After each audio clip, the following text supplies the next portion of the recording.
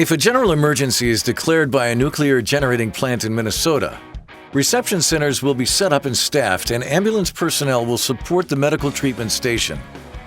Prepare the ambulance as outlined in your procedures to protect equipment and supplies from the possibility of becoming contaminated during the incident.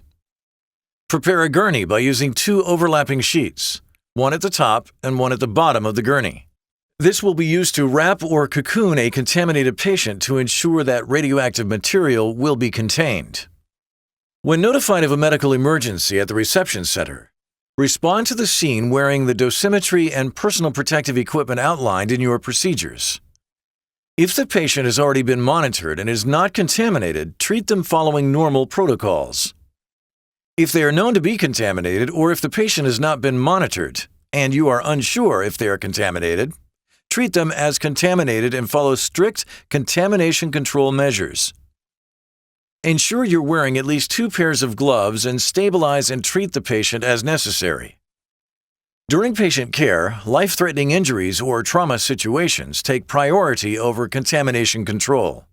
If the patient isn't critical or doesn't have life-threatening injuries, ensure you are following strict contamination control procedures. To prevent the spread of radioactive material, remember that every time you touch a patient that is known or assumed to be contaminated, change out your gloves before touching any equipment on the patient again. Once the patient is stable and has been transferred to the prepared gurney, cocoon them, ensuring that all parts of their body are covered and only their face is exposed. All potentially contaminated gloves and other materials can be incorporated into the cocoon as necessary.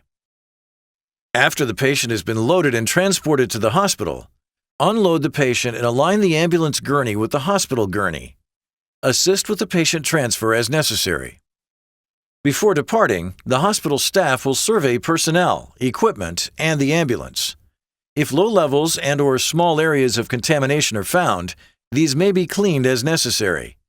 If the radioactive contamination is extensive, or if going off duty, report to the nearest emergency worker decontamination center.